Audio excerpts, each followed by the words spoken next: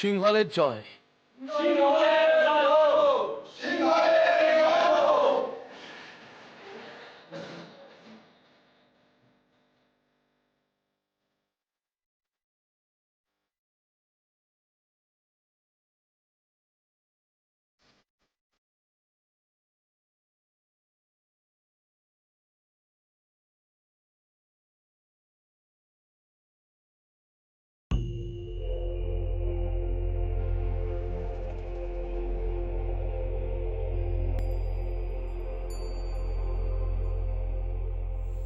রাজবৈদ্য আর রাজপুরোহিত মশাইকে দেখছি না কেন?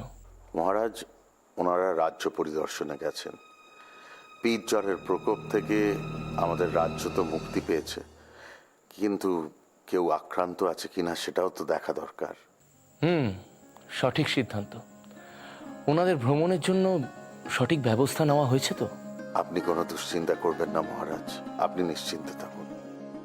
আপনাদের সকলের উদ্দেশ্যে বলছি, রাজ্যে যদি কোনো সংকটের সম্মুখীন হন আপনারা অবিলম্বে আমাকে সরাসরি জানাবেন। কোনো দ্বিধাবোধ করবেন না। সিংহলের শান্তি, সিংহলবাসীর শান্তি আমাদের একান্ত কাম্য। মহারাজের জয় হোক।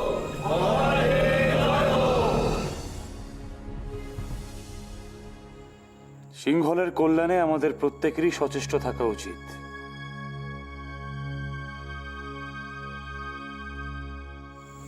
মহারাজের জয় হোক। আচার্যদেব এসছেন। যাও গিয়ে ওনাকে সসম্মানে ভেতরে নিয়ে এসো।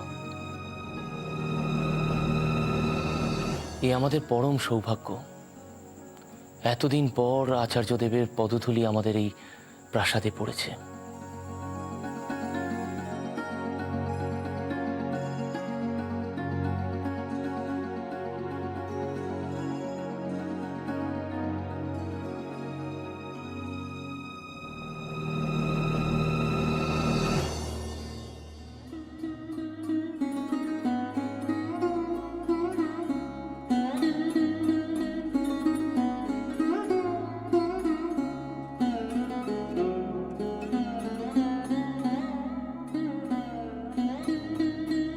প্রণাম। জয় হোক আপনার, কল্যাণ হোক সিংহলের। আপনার আশায় স্থান পূর্ণ হয়ে গেল। সিংহলে আজ শান্তি বিরাজমান, আর এই শান্তি চিরকাল বজায় থাকুক, ঈশ্বরের কাছে এই প্রার্থনা করি।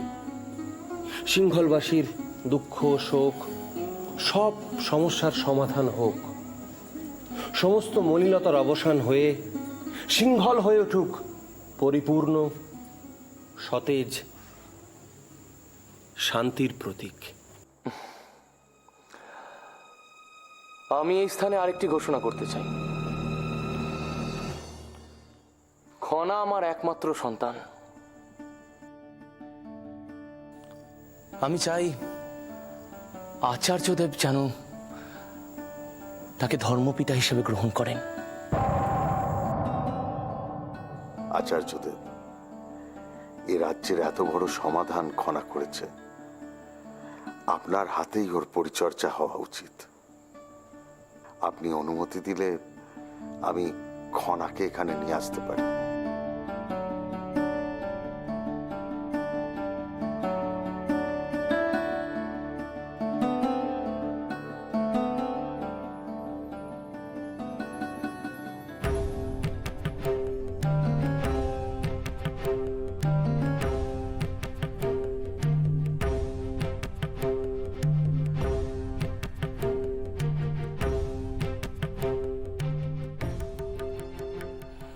এসো মা, এসো। আচার্যদেবকে প্রণাম করো।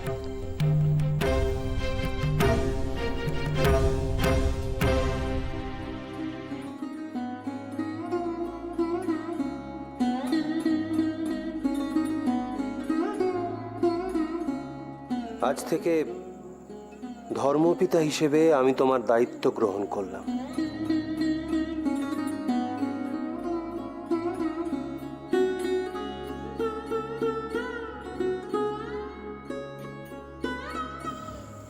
চলুন না, চলুন আমার ঘরে চলুন।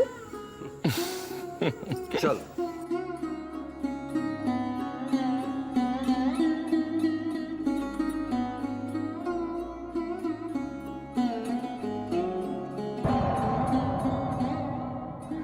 যাক, এতদিনে একটু ভালো সময় এলো। সত্যি যা বলেছো, এতদিন পর একটু শান্তি পাওয়া গেল। এই পিত জ্বর যা ভোগালো আমাদের। আরে তোমরা তো কেউ আসল কথাটা জানোই না। আসল কথা কি গো? আমি তো রাজপ্রাসাদে ছিলাম, আমি দেখেছি কি হয়েছে। কি হয়েছে? এই পিৎজ্বর রাজকুমারীর জন্য সেরে গেছে। হ্যাঁ, তাই নাকি? হ্যাঁ তাই, রাজকুমারী এমন একটা কথা বলেছে যে কথা থেকেই তো এই পিৎজ্বর সেরে গেছে। ও মা,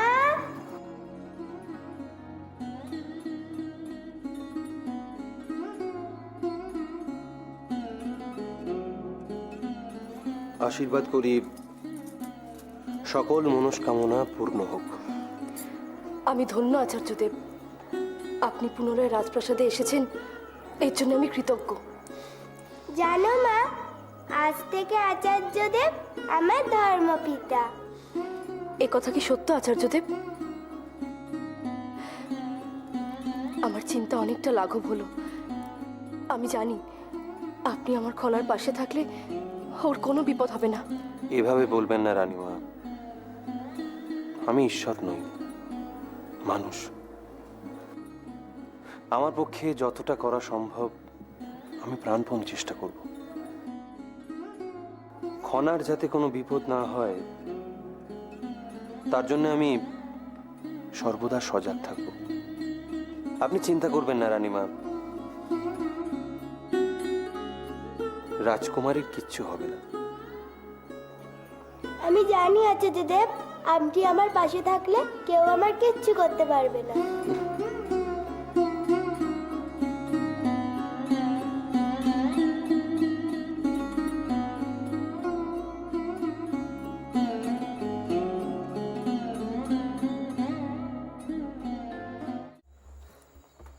এটা কি করে সম্ভব? কি করে সম্ভব মহানামা?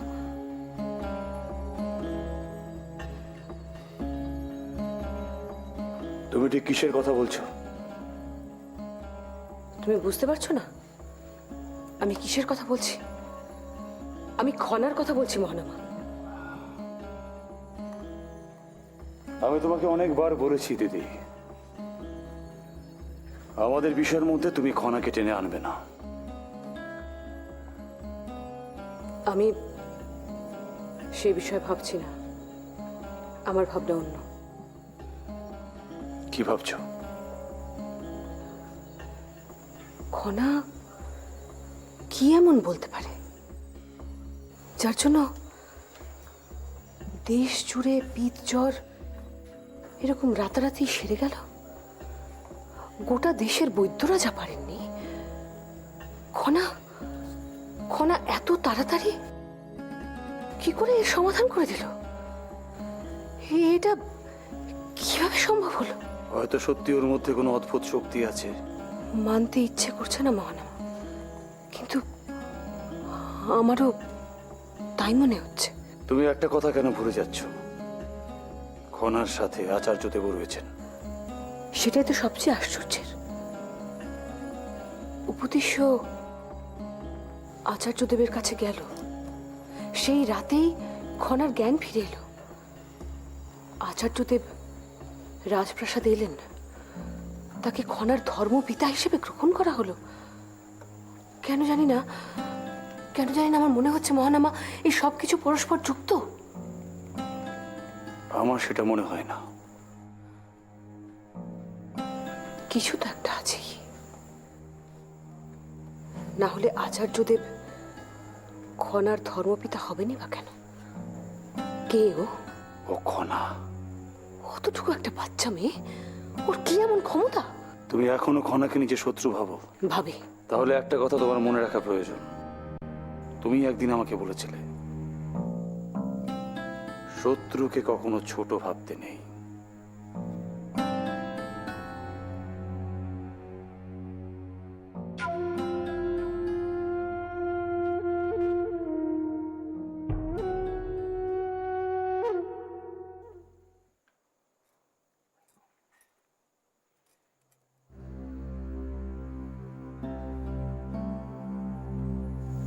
তুমি কখন এলে রানী? আপনি কিছু বিষয় চিন্তামগ্ন ছিলেন মহারাজ, তাই আমার আশা অনুধাবন করতে পারেননি। তুমি ঠিকই বলেছ রানী, আমি প্রতিবার তোমায় বুঝতে কোনো না কোনো ত্রুটি করেই যাচ্ছি।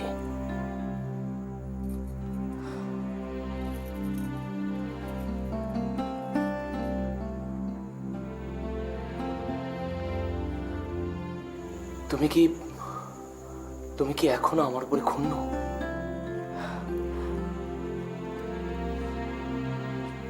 এসব আপনি কি বলছেন মহারাজ?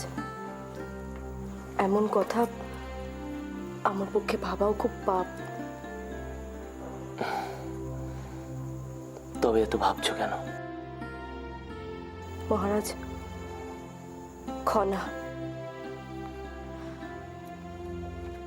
আমি খনাকে নিয়ে খুবই শঙ্কিত। খনার আবার কোনো বিপদ হবে না তো? পর এমন আঘাত।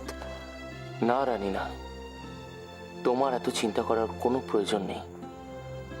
আমাদের খনা সুলক্ষণা, দেব আশীর্বাদ ধন্যা, ওর কিচ্ছু হবে না, দেখো। কিন্তু আপনি এত নিশ্চিত হচ্ছেন কিভাবে? কি বলছো কি? খনার বয়সটা একবার ভাবো। ওইটুকুনি একটি মেয়ে রাজ্যের এত বড় সমস্যার সমাধান করে দিল। এ কথা সত্য যে খনার এক কথায় আপনার সমস্ত দুশ্চিন্তা মিলিয়ে গেছে। পিচ্চরের সমাধানে দেশের নানা গুণী ব্যক্তিরা সবাই অক্ষম হলেন, কিন্তু একবার ভাবো, খনা এক নিমেষে সেই সমস্যার সমাধান করে দিল। আশ্চর্য!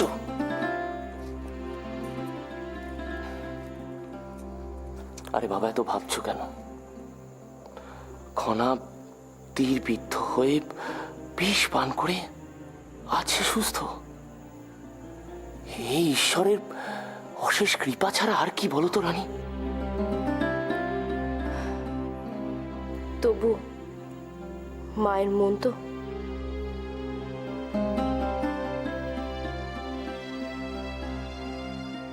আমি বুঝতে পারছি ঐশিকা, কিন্তু ঈশ্বরের উপর তুমি আস্থা রাখো, দেখবে উনি খনাকে দেখবেন, ওর কিচ্ছু হবে না।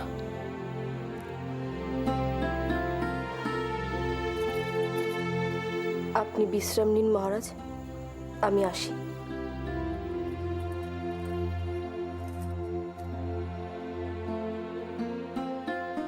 ঐশিকা, তুমি কি আমার সঙ্গে কিছু সময়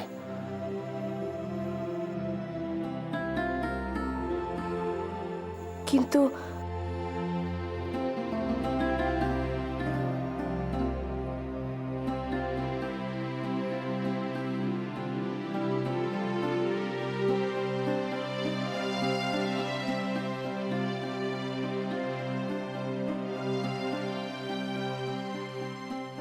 তোমার উপস্থিতি তো আমার শান্তি।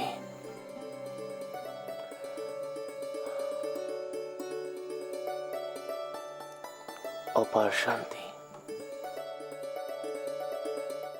কই? আমি তো পারছি না। কোথায়? এ তো হচ্ছেই না। জলটা তো বোঝাই যাচ্ছে না। আচ্ছা খনা, বলো তো, পাহাড়ের কলবে ঝর্ণার জল, নদী পথে তরি যায় করে টলমল, বলো। পাহাড়ের কলবে ঝর্ণার জল, নদী পথে তরি যায় করে করে টলমল। বাহ, এই তো হয়েছে। এবার পুরোটা বলো তো।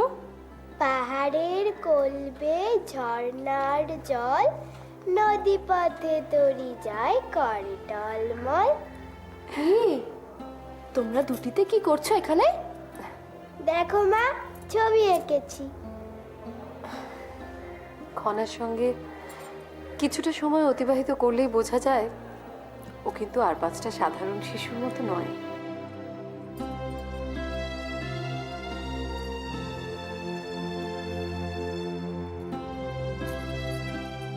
হ্যাঁ, মহারাজ তো বিশ্বাসই করেন খনা সিংহলের লক্ষ্মী স্বরূপা। এ কথাও অনস্বীকার্য যে খনা দেব প্রদত্ত সন্তান, দেব প্রসাদ স্বরূপা। তবে খনার সঠিক পরিচর্যা প্রয়োজন। অর্থাৎ, আচ্ছা রানী, তুমি কি চাও না যে খনা সর্ব বিষয়ে পারদর্শিনী হয়ে উঠুক? চাই, অবশ্যই চাই। কিন্তু রাজ পরিবারের কন্যা সন্তান, সকলের অনুমতি ব্যতীত এমন এক সিদ্ধান্ত তাহলে আর হবে না। খনার সঠিক পরিচর্যা করতে গেলে এরকম একটা কঠিন সিদ্ধান্ত তোমাকেই যে নিতে হবে, প্রয়োজনে সেটা গোপনে। কিরকম? খনাকে শাস্ত্র, সঙ্গীত, নৃত্য থেকে শুরু করে অসি চালনা, অশ্বারোহণ সবকিছুই শেখাতে হবে। তবেই ও হয়ে উঠতে পারবে একজন পরিপূর্ণ নারী। ঠিক, একদম সত্য। আর খনাকে এসব আমিই শেখাবো। প্রয়োজনে খনা আচার্যদেবের কাছে শাস্ত্র শিক্ষাও নেবে। আর এমনিতেই আচার্যদেব ওর ধর্মপিতা, সেদিক থেকে আমি নিশ্চিন্ত। এ ছবি তো সম্পূর্ণ, আমি এবার কি করব?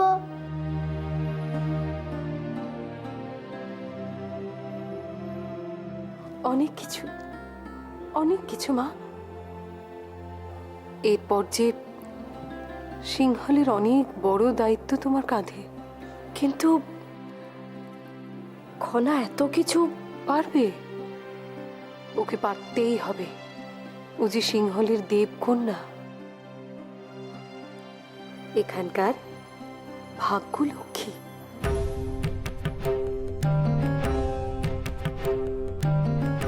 পাহাড়ের কলবে ঝর্ণার জল, নদী পথে তরি যায় করে টলমল। পাহাড়ের কলবে ঝর্ণার জল, নদী পথে তরি যায় করে টলমল।